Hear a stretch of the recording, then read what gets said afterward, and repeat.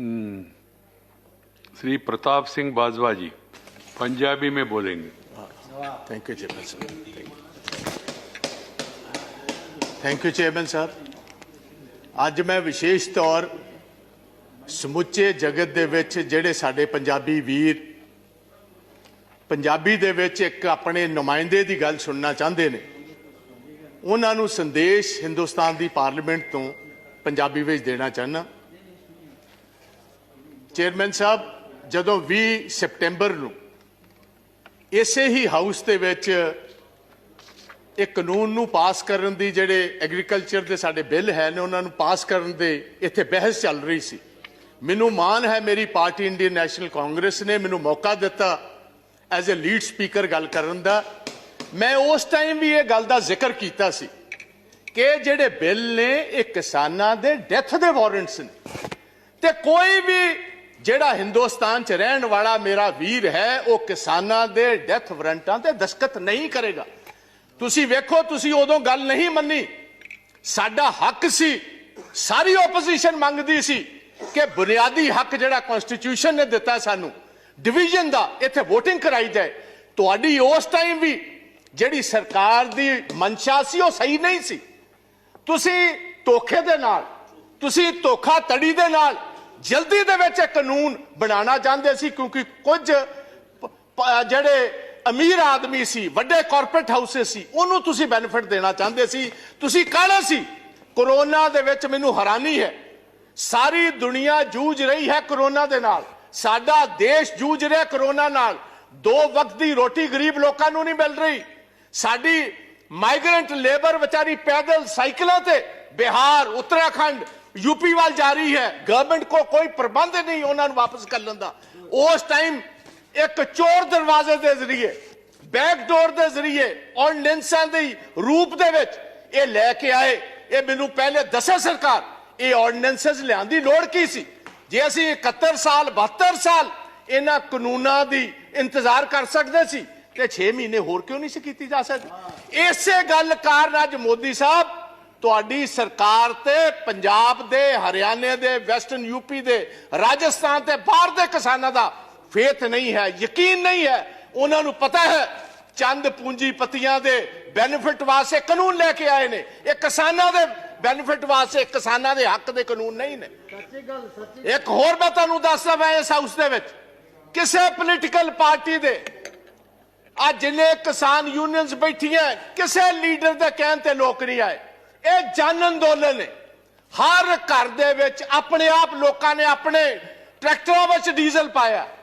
हर पंजाब दे किसान ने फी एकड़ 500 रुपया इकट्ठा करके ये सारे किसान यूनियन दे लीडर्स नूं दिता।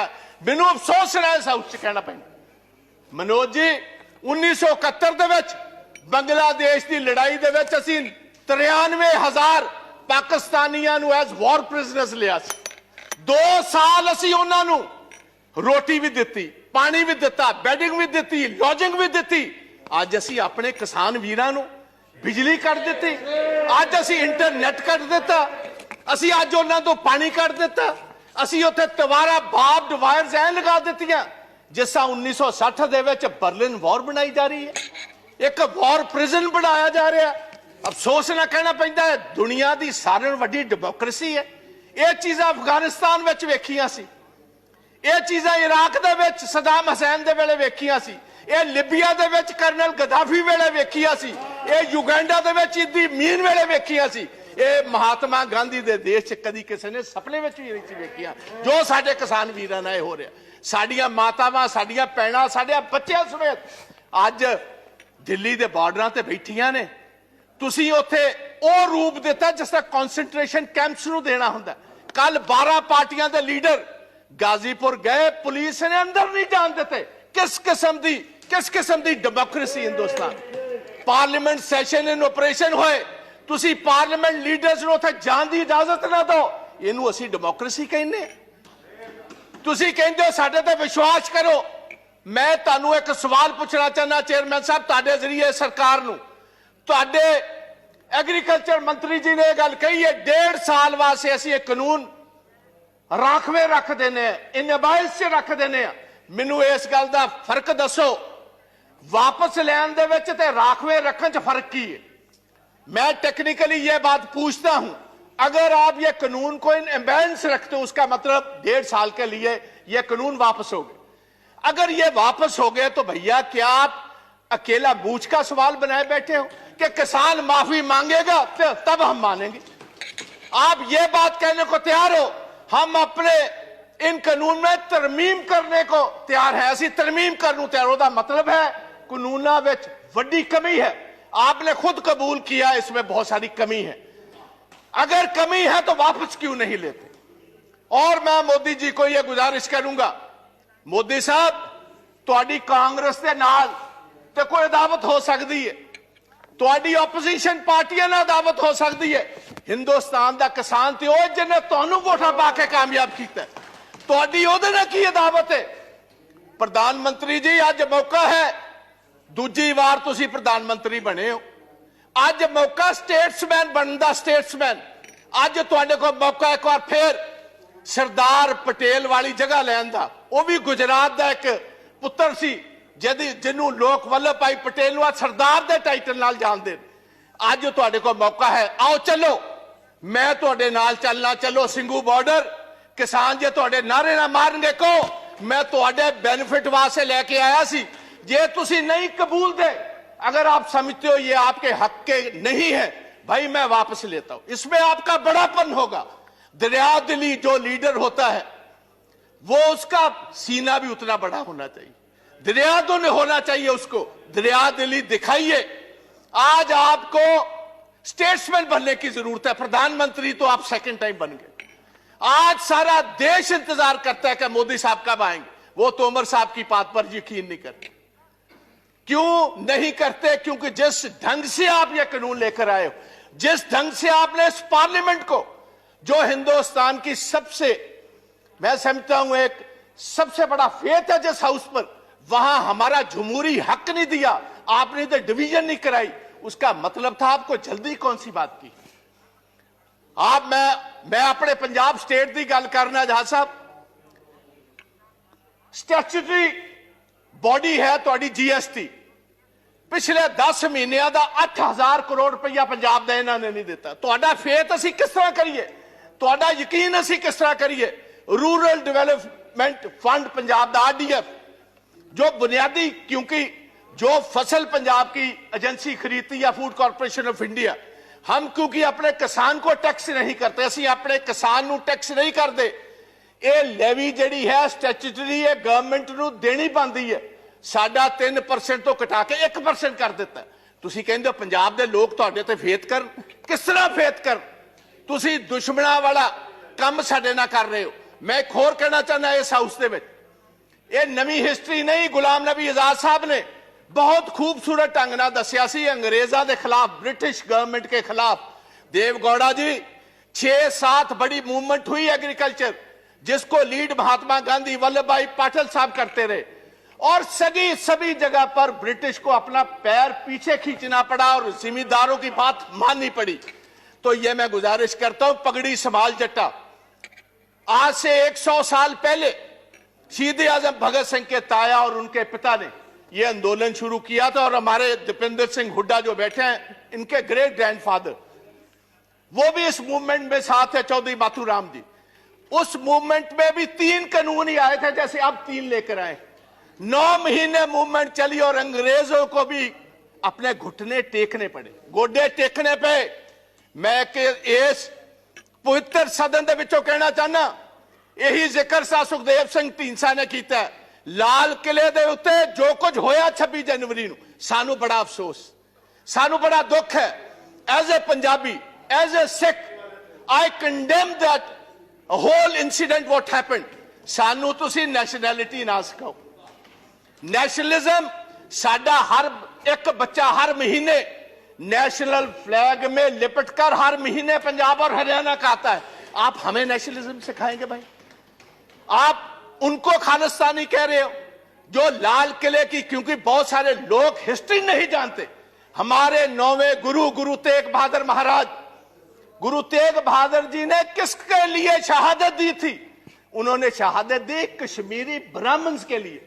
कश्मीरी ब्राह्मण पंजाब में गुरु तेग बहादुर जी के पास आए कि औरंगजेब हर रोज जनायु उतारता है, तलवार के ताकत के साथ वो हमें कन्वर्ट करता है, हमारे धर्म को तब्दील करता है। आप इन पिटीशन हमारे साथ चाहिए, जैसे कोई वकील लेकर जाता है, वो इन पिटीशन लेकर औरंगजेब के पास आए और औरंगजेब ने इसी लाल किले से, जिसका आप जिक्र करते हो, इसी लाल किले से ये कहा जो पिटीशन लेकर आए इसका सर कलम कर दिया जाए। वहां उनकी शहादत हुई और उनकी शहादत की याद में जो शीश गंज साहब, शीश कहते हैं गले को, उनकी याद में शीश गंज साहब गुरुद्वारा जो खड़ा है वो हमारे हिंदू ब्राह्मण कश्मीरियों की वजह से यह शहादत हुई और आप हमें खालिस्तानी कहते हो। मेरे अपने पिता जो फॉर्मर मिनिस्टर थे, 5 लोगों के साथ पंजाब में 1987 में उनकी शहादत हुई। मेरे अपने बड़े भाई जो ब्रिगेडियर हैं इंडियन आर्मी के, retired, he was the one who was commanding the 192 mountain brigade, जिसने देश के लिए ये टाइगर हिल जीती। He was commanding 192 mountain brigade. आप हमें खालिस्तानी कहते हैं, आप हमें कहते हो एंटी नेशनलिस्ट हैं ये लोग। और मैं ये चाहूंगा on the floor of the house, I demand कि इधर एक सुप्रीम कोर्ट का सिटिंग जज टाइम बाउंड एक इंक्वायरी करे 2 महीने में, ये बताए वो कौन सी ताकतें हैं जिन्होंने, क्योंकि ये जितनी किसान जथेबंदियां हैं इनको टाइम दिया गया था 10 बजे सभी स्टार्ट होंगी दिल्ली के इर्द गिर्द जलूस जो एक पुलिस के साथ, और 8 बजे कुछ शरारती एलिमेंट्स को यह इशारा कर दिया गया कि जो आपको दिया हुआ रूट है उस पर चलने की जरूरत नहीं, आप तोड़ो इस रूट को, बैरिकेडिंग तोड़ो, सीधी आईटीओ पर पहुंचो। आईटीओ से लाल किला तो बहुत सारों ने देखा ही नहीं था। और एक ये भी बात मैं हाउस में बताना चाहता हूं, ओ भैया ये लाल किले जिसकी आप बात करते हो, ये जिस आपको पता मुगल राज में ये स्थापित हुआ है, और 300 साल पहले जो गुरु तेग बहादुर जी की कुर्बानी है, उसके बाद गुरु गोविंद सिंह महाराज, उनके 2 बड़े साहबजादे शहीद हुए। छोटे 2 साहबजादों को जिंदा दीवारों में चिन दिया गया। अगर गुरु गोविंद ना होते इस देश की एक शक्ल ही और होती। आप हमें कह रहे हो, किसी को गद्दार कह रहे हो, किसी को आप एंटी नेशनल कह रहे हो। पहले सोचना, और ऐसा मैं गुजारिश करना चाहूंगा गवर्नमेंट, ऐसा काम मत करो। दुश्मन हमारे बहुत है, जो हमारी फॉरेन पॉलिसीज हैं। आप पाकिस्तान को तो छोड़ ही दीजिए भाई, सारा अरब वर्ल्ड आपके खिलाफ, चाइना आपके खिलाफ, रशिया आपके उल्ट चल रहा है। जाकर आपने वोट ट्रंप की मांगी, बाइडेन आपके खिलाफ। वो आपके साथ भाई कौन है? अगर कुछ आपके साथ नेशनलिस्ट लोग हैं, आप उनको भी तोड़ना चाहते हो, उनको भी डराना चाहते हो, उनको भी धमकाना चाहते हो, ये कभी नहीं चलेगा। और पंजाबी और सिख विशेष तौर प्यार से तो बात आपकी मान सकते, डर से, डरावे से, बंदूक से, तोप से ये डरने वाली कौमें नहीं। इन्होंने तो सारी हिस्ट्री ही शहादत की है। तो मेरी गुजारिश है, ये ब्लैक लॉज वापस लीजिए, ये काले कानून वापस लीजिए। प्रधानमंत्री जी आप कहते हो मैं एक कॉल अवे हूं, भाई किसी के पास आपका नंबर है? किसके पास आपका नंबर है? आप क्यों नहीं इन किसान जथेबंदियों को, ये मेंबर्स ऑफ पार्लियामेंट, इनको साथ लेकर चलिए, हम चलते हैं आपके साथ। आओ आपके जय जयकार के वहां नारे लगवाएंगे। आप इन कानूनों को वापस लीजिए। आप 1.5 साल के बाद नए कानून लाइए, सिलेक्ट कमेटी में भेजिए। जितने स्टेक होल्डर्स हैं, किसान जथेबंदियां हैं, किसान हैं, मेंबर्स ऑफ पार्लियामेंट हैं, चीफ मिनिस्टर हैं, हमारे एग्रीकल्चर साइंटिस्ट हैं, उनको कहिए खेती के लिए, किसानों के लिए कौन सी सबसे बेहतरीन कानून है।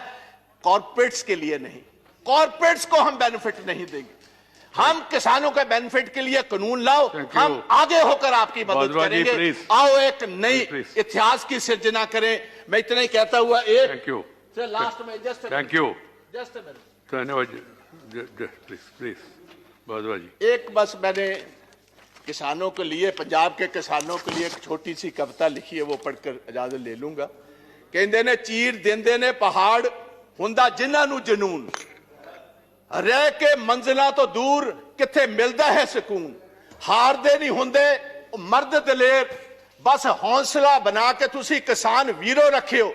असी जितांगे जरूर, जंग जारी रखियो, असी जितांगे जरूर, जंग जारी रखियो। जय हिंद। जय Right. जवान जय किसान ਤੇ ਵਾਹਿਗੁਰੂ ਜੀ ਕਾ धन्यवाद ਖਾਲਸਾ ਤੇ ਵਾਹਿਗੁਰੂ ਜੀ ਕੀ ਫਤਿਹ। प्रताप सिंह बाजवा जी तुसी अपनी भाषा विच बोलिया धन्यवाद your language our language Shri Rakesh Sinha ji 15 minutes